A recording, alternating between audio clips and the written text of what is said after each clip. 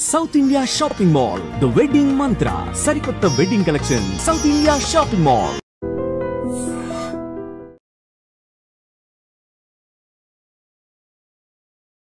కానీ మనోళ్ళు ఏ కారణం చేతనో కానీ అంటే మీరు గద్వాలోళ్ళు కాదు,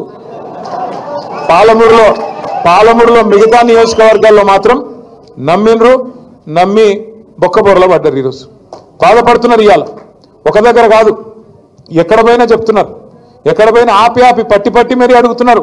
అన్నా ఎన్ని రోజులు చూడాలన్నా ఈ దరిద్రాన్ని, ఏదన్నా చూడరాదా ఉపాయం అంటున్నారు. ఇది వాస్తవం నేను చెప్పేది, మీ దగ్గర కూడా అంటూ ఉంటారు. నేను ఈ కాలం ఇక్కడికి వచ్చే ముందు మన మహమూద్ అలీ సాబు, మన మాజీ మంత్రి ఆరోగ్యం బాగలేదు, హాస్పిటల్లో ఉన్నాడు అంటే పోయి నాంపల్లిలో ఒక హాస్పిటల్ ఉంటే పోయి హాస్పిటల్ ఆయన పలకరించి కిందికి వస్తున్నా. ఒక ముస్లిం లేడీ, ఒక పెద్ద మనిషి వచ్చి నా చేయి పట్టుకుంది. బిడ్డ ఆగాగు అంటే ఏందమ్మా అంటే మందిలో వచ్చింది, అడ్డం పడ్డది. ఆగు నువ్వు అక్కడ ఆగు అనే. ఏమమ్మా అంటే ఏం లేదు, కేసీఆర్ గారికి ఒక మాట చెప్పు. కేసీఆర్ ఉన్నప్పుడు నా పేరు ఫలక్నుమాలో ఉంటా, నా పేరు నూర్ ఫాతిమా.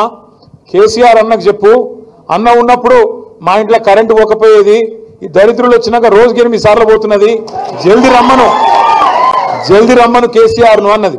అంటే ఎట్లమ్మా ఏం చేస్తాము, ఒక ఓటుకు తప్పు ఓటుకు మరి శిక్ష 5 ఏళ్ళు కదా, ఏం చేయాలి నేను అని నేనంటే, ఏదన్నా ఉపాయం చూడు బిడ్డ, ఏదన్నా చూడరాదు మీరు అందరు కలిసి అంటున్నది. ఉపాయం ఏం లేదు, ఉపాయం ఒకటే. ఏ 10 మంది సన్నాసులైతే మన పార్టీ నుంచి పోయినరో ఆ 10 మంది సన్నాసులకు రేపటి రోజున ఉప ఎన్నికల్లో గద్వాలతో సహా కర్రు కాల్చి వాత పెట్టడమే ఉపాయం తప్ప వేరేం లేదు. మీ అందరికీ నేను మాటిస్తా ఉన్నా, వీళ్ళు వాళ్ళు అని కాదు, మీ ఎమ్మెల్యే పేరు తీసుకునే అక్కడ కూడా లేదు. ఎందుకంటే కుండ పగిలితే పగిలింది కానీ కుక్క బుద్ధి తెలిసింది అని ఎవడు మనోడో ఎవడు దుర్మార్గంగా మనతో నుండి వెన్నుపోటు పొడిచేటోడో మనకు అర్థమైంది. కాబట్టి అట్లాంటి వాళ్ళ పేర్లు తీసుకొని వాళ్ళని పెద్దోళ్ళని చేయాల్సిన అవసరం లేదు. ఆ 10 మందికి మీరు గట్టిగా అనుకుంటే గద్వాలలో పండబెట్టి తొక్కే శక్తి నీకుందని నేనేదో ఆవేశంతో నీ మాట చెప్తలేను, బాధతోనే చెప్తా ఉన్నా. ఇన్ని చేసిన తర్వాత గద్వాలకి ఇప్పుడే పెద్దలు చెప్తున్నారు, గద్వాలకి ఏమేం చేసినారో కేసీఆర్.